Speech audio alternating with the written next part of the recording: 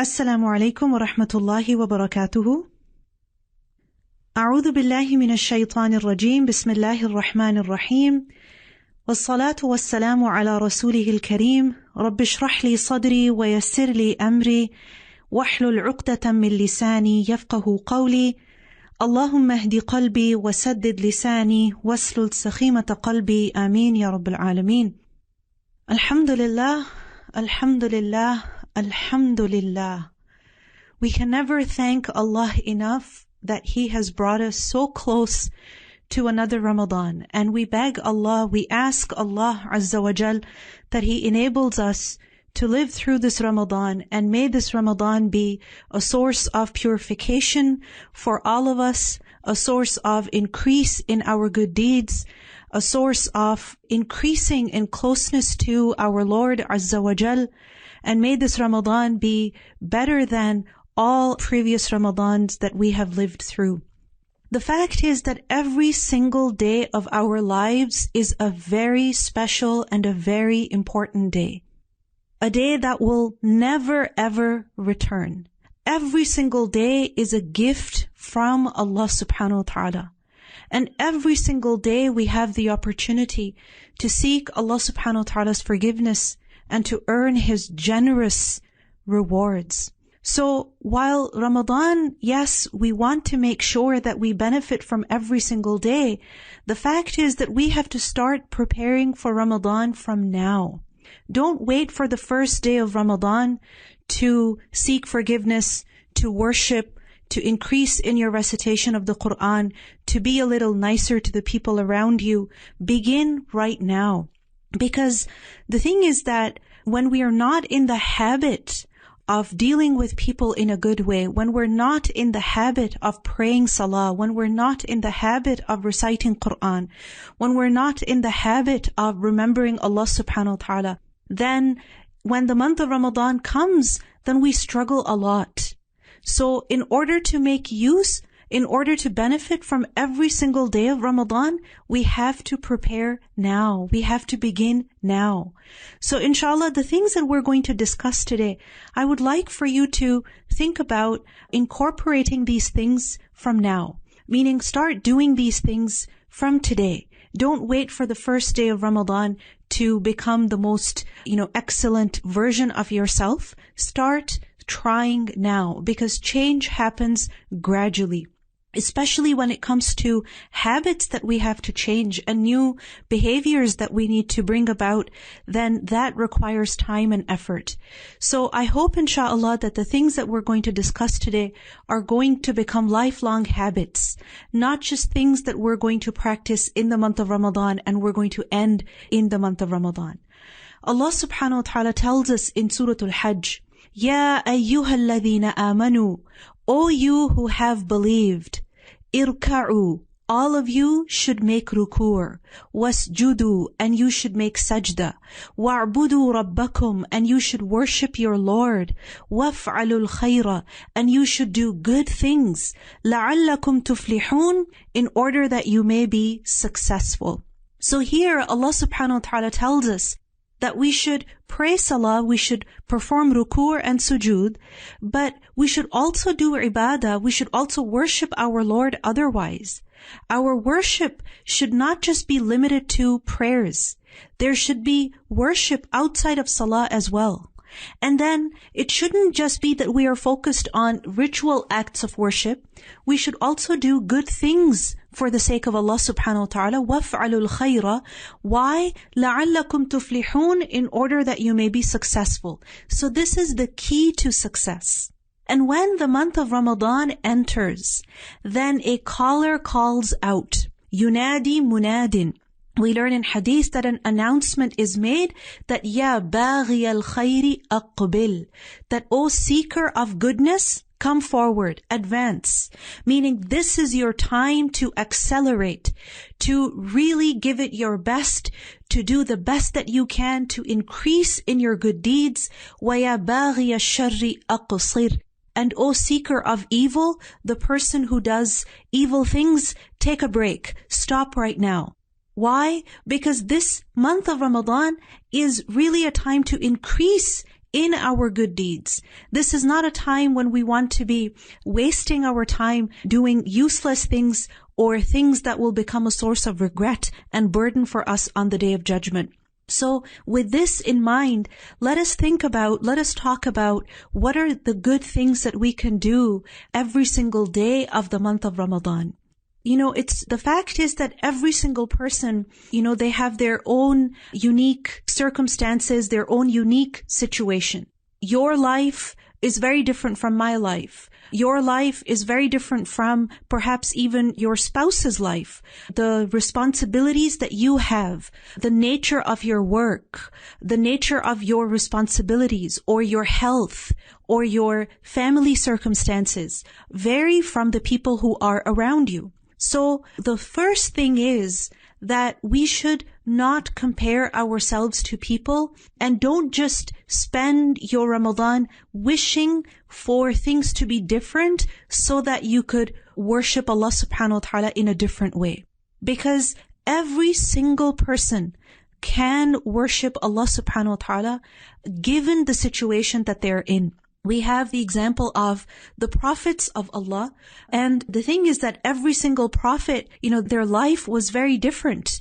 We see that Nuh alayhi salam, and he did not have a huge community of believers with him. We have Ayub alayhi salam, who experienced a great deal of sickness in his body. We have the example of Sulaiman alayhi salam, Dawood alayhi salam, who had wealth and power, but every single prophet of Allah was an excellent worshipper to Allah. So the first thing we have to do is that we have to embrace the unique circumstances that Allah subhanahu wa ta'ala has put us in. And we have to assure ourselves, remind ourselves that it is possible for me to worship Allah the way that I am right now. Because of the current situation, things have changed drastically for many people. People who are not working from home are now, working exclusively from home.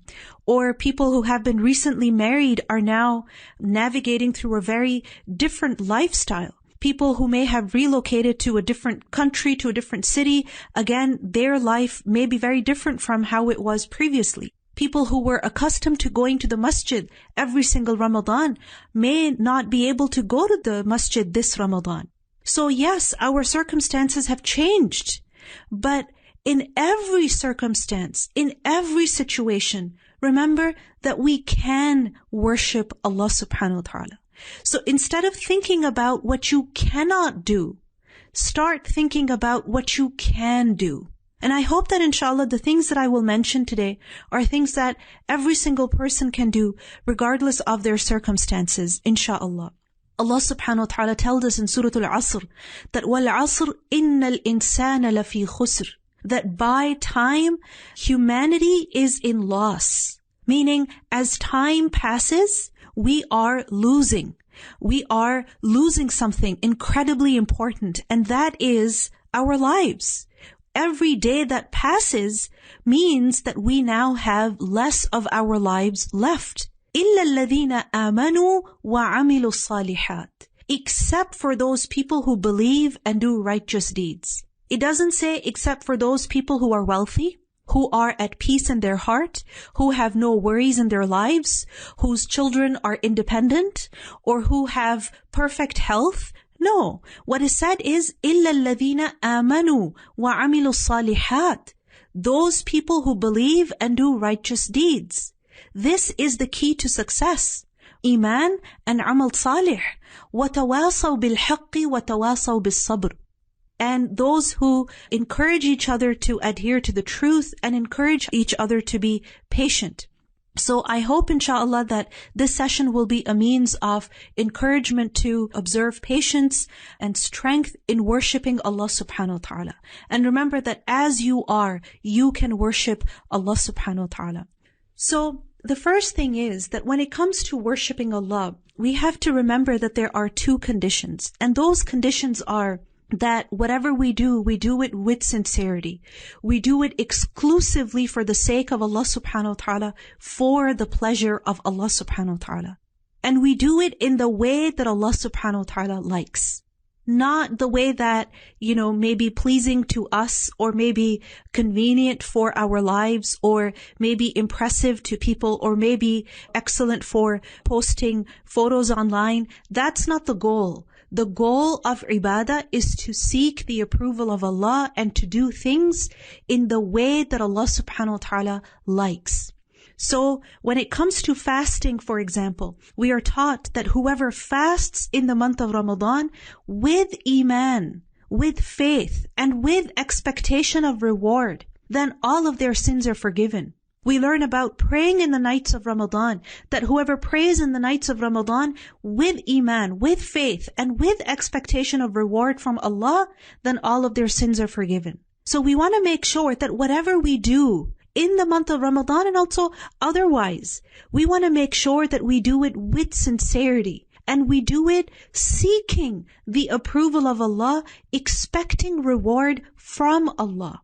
Because sometimes people think that, yes, the month of Ramadan is coming, I'm going to be forced to eat less, so you know what, I'm going to make sure that I lose some weight.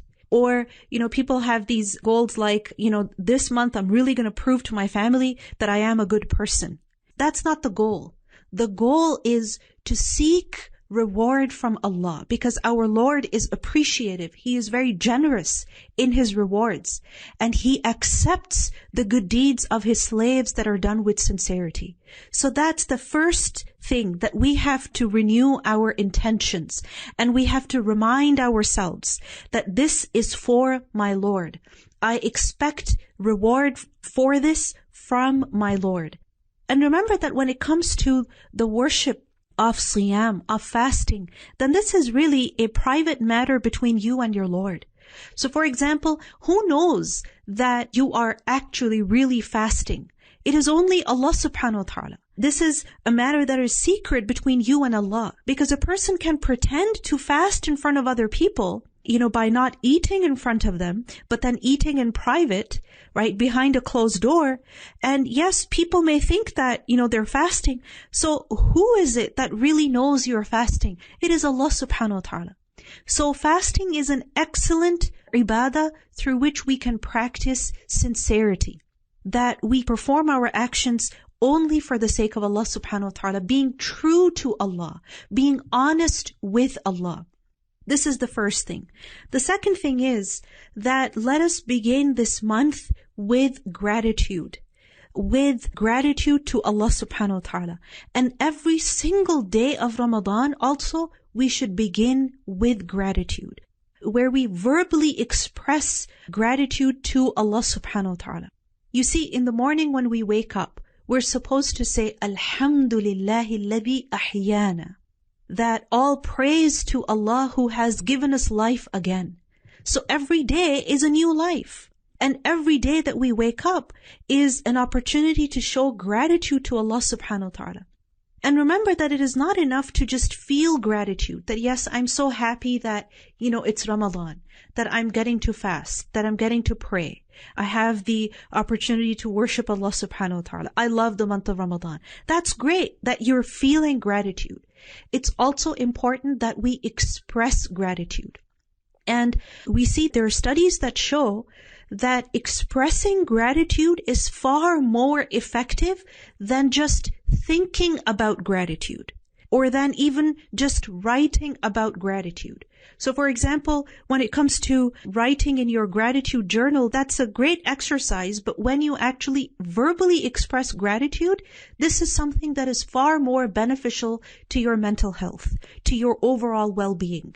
So let us begin with gratitude. When we wake up in the morning, when we're praying salah, Alhamdulillah, mean it, express it. And show gratitude to Allah subhanahu wa ta'ala that, Ya Allah, thank you for another day of the month of Ramadan. The second thing is that as we wake up, especially in the month of Ramadan, we're waking up at suhoor time to eat our suhoor. That is a time when we shouldn't just be rushing to eat. Before we eat or before we pray, it's important that we, pay attention to our body. When it comes to Qiyamul Layl, for example, praying in the night, some people just have a habit of just getting up, making wudu quickly, and just praying one witr. That's okay. But the Prophet ﷺ, his habit was that he would first clean his mouth with the siwak. He would clean his mouth with the siwak. Why? Because as we learn in, some other narrations, that the mouth is the passage of the Quran. Just as the Mus'haf, the book, holds the Quran, and we treat it with so much respect, just like that, our mouth is carrying the Quran when we recite it. So we have to treat our mouth with respect as well. We have to clean it as well for salah. And sometimes what happens is that people eat suhoor without brushing their teeth, they quickly pray fajr and they go back to sleep. And in the morning, they think, well, you know what, I can't exactly use much toothpaste, so I'm just going to, just swish some water around in my mouth and deal with the bad breath. So we need to be careful about this. The Prophet ﷺ, he used to encourage Muslims to use the siwak to clean their mouth, and he said that if it was not difficult upon the believers, I would have commanded them to clean their mouth with the siwak for every single salah. So in the month of Ramadan, of course, it's very normal when you're fasting, you have bad breath, but just because you're fasting doesn't mean that you neglect the care of your teeth, cleaning of your mouth, etc. Pay attention to that, because even this is ibadah. You will notice that when you clean your mouth first thing and you recite the Quran in your salah, you eat your suhoor, and then you pray fajr, you will find it easier to feel awake. A lot of people are groggy at the time of suhoor. They're not able to even eat well at that time. Why? Because they haven't fully woken up. So when you clean your mouth and you pray, you make wudu, that helps you wake up. And when you wake up properly, you can eat well, you can pray well, you can recite Quran, you can make dhikr. Then the next thing is that begin your day, of course, after your suhoor, you're going to make sure that you pray fajr in the best way. Pray fajr salah in an excellent way. In the Quran we learn, وَقُرْآنَ الْفَجْرِ إِنَّ قُرْآنَ الْفَجْرِ كَانَ مَشْهُودًا, that the recitation of the Quran at the time of fajr is witnessed. And the Prophet ﷺ said that it is witnessed by the angels of the night and by the angels of the daytime. Meaning that is the time when the angels are changing their shifts. Right? So the angels of the day and the angels of the night both are present, and they witness your recitation of the Quran. So sometimes what happens is that we rush through our fajr salah because we want to get back to sleep or we want to get on with our day. But don't rush through fajr. Allow yourself to pray fajr peacefully. And one of the best ways that you can make sure that you pray fajr nicely is that you recite some more Quran. And recite it out loud. Even if you are praying on your own, you're not praying in jama'ah, you're not leading people in salah, you're praying on your own, you can still recite Quran in fajr prayers out loud. And you don't have to recite a whole lot. Of course, if you have memorized and you want to recite, for example, a page in one rak'ah and another page in the second rak'ah, that's excellent. That's an excellent way of reviewing the Quran. But even if you recite, for example, an extra surah, just so that your rak'ah is slightly longer, you are reciting the Quran that you have memorized. That is excellent for you. In a hadith we learned the Prophet ﷺ asked the people that would any one of you like that when he returns to his family, he finds over there 3 large camels. And the Prophet ﷺ described those camels as, being large, tall, huge, pregnant, full-term, female camels. Would you like that you find at home 3 camels waiting for you? And, while this might be a little strange for us, for Arabs at the time of the Prophet ﷺ, camels meant, transportation, a whole lot of wealth, status. And if these are female camels that are pregnant, that means that you're going to get more camels, you're going to get even richer very quickly. So the companion said that, yes, of course we would want that. And the Prophet ﷺ said that 3 verses that one of you recites in his prayer are better for him than 3 large she-camels. If you recite 3 verses in salah, that is better for you than such and such amount of wealth. So when you're reciting, in Fajr Salah, make sure that you're reciting nicely. Recite beautifully. Improve your Salah in this way. And this hadith also shows us that recitation in Salah is better than recitation outside of Salah. So pray Fajr nicely, and especially pay attention to reciting Quran, even if it is 3 verses, 7 verses, 10 verses, how much ever that you know, but increase that recitation to the best of your ability. And also pay attention to praying the Sunnah prayers of Fajr, because the Prophet ﷺ described these 2 rak'at as better than the world and whatever that is in it. And it doesn't take long to perform these 2 rak'at. And even if you are unwell, you can still perform these 2 rak'at sitting down, laying down. And these 2 rak'at don't have to be very long. The Prophet ﷺ used to recite Surah Qul Ya Ayyuhal Kafirun in the first rak'ah and Surah Qul Huwallahu Ahad in the second rak'ah. So they don't have to be very long, but make sure that you pray these 2 rak'at. And if, for some reason your Fajr is getting delayed and you feel like if you pray those 2 rak'at and then you perform your Fard, you might end up missing your Fard or getting delayed, then you can always pray the Sunnah prayers afterwards as well. And when you pray Salah, pray with khushu', pray with attentiveness, with humility. Try to be still in your body. Don't fidget. Don't keep adjusting your clothing, your hijab. Make sure that you fix that before you begin your Salah, so that you can be fully attentive and humble in your Salah. In the Quran we learn, قَدْ أَفْلَحَ الْمُؤْمِنُونَ الَّذِينَ هُمْ فِي صَلَاتِهِمْ خَاشِعُونَ. That successful are the believers, those who are in their prayers humbly submissive. So be humbly submissive in your prayer to the best of your ability. And this means that your heart is attentive, but along with your heart, your body should also be still and attentive. Your eyes, your thoughts, all of them should be focused on Salah. And the next thing that inshallah we all can focus on in the month of Ramadan is that make sure that after Salah, you spend time remembering Allah subhanahu wa ta'ala. This is something that we know we're supposed to do. But over the course of the year, we tend to lose this habit because other things become, so urgent, so important. But in the month of Ramadan, you can strengthen this habit by making sure that every single day, after every single salah, you spend time remembering Allah subhanahu wa ta'ala. Because after salah, when you remain sitting in your place of prayer and you keep remembering Allah, as long as you remember Allah, the angels make dua for you. The angels pray for you that, oh Allah, have mercy on him. Oh Allah, forgive him. So for as long as you can, try to remain in a state of dhikr.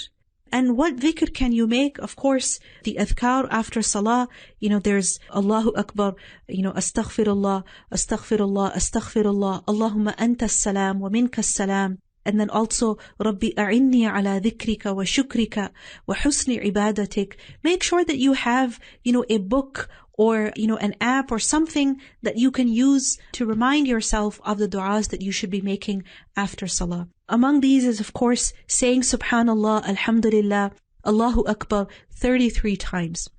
And if it's not possible for you to do it 33 times because in some places, the time between Fajr and the time when kids have to get ready for school and leave is so limited. So if you're in a time crunch, then don't leave this dhikr completely. At least say Subhanallah, Alhamdulillah, Allahu Akbar 10 times minimum. Because in a hadith, we learned that is also rewardable. So 33 times each, that's the goal. But if that's not possible, you're in a time crunch, then at least 10 times. And then as you're going about your day, or for example, if you have the luxury to sleep after Fajr prayers, then wherever you are, whether you are getting ready to leave for work, you are getting your family ready, getting your children ready to go to school, or you are laying in bed in order to fall asleep, then at that time make sure that you say your morning adhkar. You make dhikr in the morning. Because Allah subhanahu wa ta'ala tells us in the Quran that Ya ayyuhalladhina amanu dhkurullaha dhikran kathira. O you who have believed, remember Allah a lot. وَسَبِّحُوهُ بُكْرَةً وَأَصِيلًا, and glorify Him in the morning and in the evening. So make dhikr of Allah when in the morning and in the evening. This is something that is extremely rewardable. Now there are certain adhkar for the morning and in the evening, and among them is, for example, to say Subhanallahi wa bihamdi. And this is extremely easy to say, whether you are driving or you are walking or you are working in the kitchen, you are ironing your clothes, you are getting your bag ready, you are going up and down the stairs, even if you go for a short walk outside, or you're laying in bed, you're looking out the window, whatever it is that you're doing, whatever your circumstances are, you can still say Subhanallahi wa bihamdi. Subhanallahi wa bihamdi. Subhanallahi wa bihamdi. And try to say this at least 100 times in the morning. Because in a hadith we learn that whoever says this 100 times in the morning, then no person will come on the day of judgment with a deed that is better than this, except for someone who has also said Subhanallahi wa bihamdihi 100 times. Meaning this good deed is unbeatable.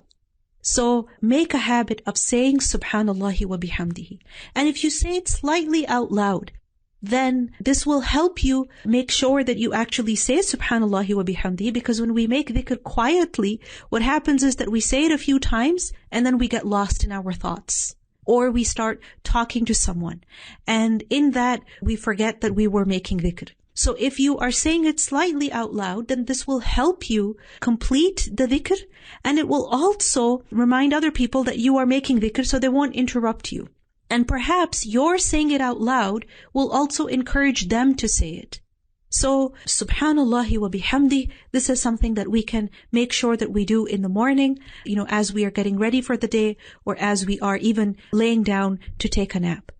The next thing is that in the morning, at some point, try to perform the duha prayer, or which is called the ishraq prayer. And the time for this is anywhere between once the sun has risen until right before dhuhr. So basically, this is anywhere between 3 to 5 hours even, sometimes even more, depending on where you are and what time of the year it is. So this is an excellent time to perform the duha prayer. And what you can do is perform 2 rak'at anytime. So for some people, for example, if your routine is in the month of Ramadan that you don't sleep right away after Fajr prayers, then once the sun has risen, you can perform the Ishraq prayer. But if, let's say, you need to sleep, you take a nap, or you have to get ready for the day, you have to take your kids to school, you have to go to work, then whenever that you wake up, whenever that you get, a few minutes, 5 minutes, 10 minutes, go freshen up, make wudu, and perform 2 rak'at. And if you can do 4, that is even better. If you can do 6 or 8, that is also excellent. Whatever that you can. And in the duha prayer, it's depending on your situation. Again, you can recite Quran a little bit, or you can recite a lot. Because remember that in nafil prayer, in voluntary prayers, you can hold the mushaf in your hand and recite Quran from that. So duha prayer is nafil prayer, it is voluntary prayer. So you can actually hold the mushaf and recite from it. Or if you have a stand on which you can place the mushaf in front of you, you can also do that. Because the recitation of the Quran, especially while we're fasting, this is something that is rewardable. This is something that will be a source of relief for us on the Day of Judgment. Because we learn in a hadith that on the Day of Judgment, the Quran will intercede for a person. And it will say, as it will meet the person, that I am the one who kept you thirsty during the day. So yes, when you're reciting the Quran, you do become more thirsty. But this will be, inshallah, a source of relief for you on the Day of Judgment. So in Surah Fatir, Allah subhanahu wa ta'ala tells us that إِنَّ الَّذِينَ يَتْلُونَ كِتَابَ اللَّهِ وَأَقَامُوا الصَّلَاةَ وَأَنفَقُوا مِمَّا رَزَقْنَاهُمْ سِرًّا وَعَلَانِيَةً يَرْجُونَ تِجَارَةً لَن تَبُورَ. That indeed those people who recite the book of Allah and they establish prayer and they spend out of what we have given them secretly and openly, expect a trade, meaning a profit from a trade that will never perish. Meaning they are investing in something, the rewards of which are guaranteed. So what are these actions? They begin with the recitation of the Quran and performing salah. So if you perform the duha prayer, 2 rak'at, 4 rak'at, how muchever your situation allows you, and in that you also recite some Quran, 1 page, 2 pages, whatever you are able to do at that time, then that is excellent because you can combine 2 acts of worship in one. And remember that the recitation of the Quran, yes, it is rewardable, but the recitation of the Quran is also a means of relief from worry and anxiety. It is something that brings us calmness and peace of mind. Because we learn in Hadith about how the Prophet ﷺ taught us this beautiful dua in which we ask Allah subhanahu wa ta'ala that, "Oh Allah, make the Quran the springtime of my heart." Meaning something that is a source of incredible joy for me, something that makes me happy and lively, and a means of relief of my worries and my anxieties. So sometimes when we're fasting and we have to go to work, we still have our studies, or we are anxious about how we're going to fast the whole day because, it's just morning time and we already have a headache, or we are already tired and hungry and we're getting anxious. So one of the ways through which we can comfort ourselves is the recitation of the Quran. So make sure that you recite some Quran. Of course, you can recite the Quran any time of day and any time of night. You can do that. But if you fix a time for yourself that this is my Quran recitation time, then it will be easy for you to make sure that you recite Quran every single day. So fix a time. And if you fix it with, for example, the duha prayer, then, your day will begin with worship. And inshallah, that will be a source of blessing for you for the entire day. The next thing is that just because we're fasting in the month of Ramadan, or just because it is the month of Ramadan, it doesn't mean that we are no longer doing any other work, or we're no longer attending to the needs of our family or our own needs as well. You do have an obligation towards your family. You have an obligation toward yourself. In a hadith, we learn that your body has a right over you. Your family has a right over you. Your Lord has a right over you. Your guest has a right over you. So give each their right. So sometimes what happens is that we make the month of Ramadan or the fact that we are fasting an excuse for not doing anything else. But that is not correct. We have to pay attention to these matters as well. Of course, it is a bit more challenging because we're fasting. But remember, if you change your thinking, then that will affect your mood and that will affect your ability to do your work.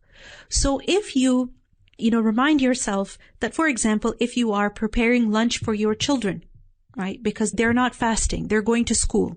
And, you are getting a little annoyed that, I'm fasting. I should be able to rest right now. I should be able to recite Quran right now. But here I am preparing lunches. Why can't other people do it? Why do I have to do it? Remind yourself that feeding people is actually rewardable. It is a form of charity. It is one of the best things that we can do.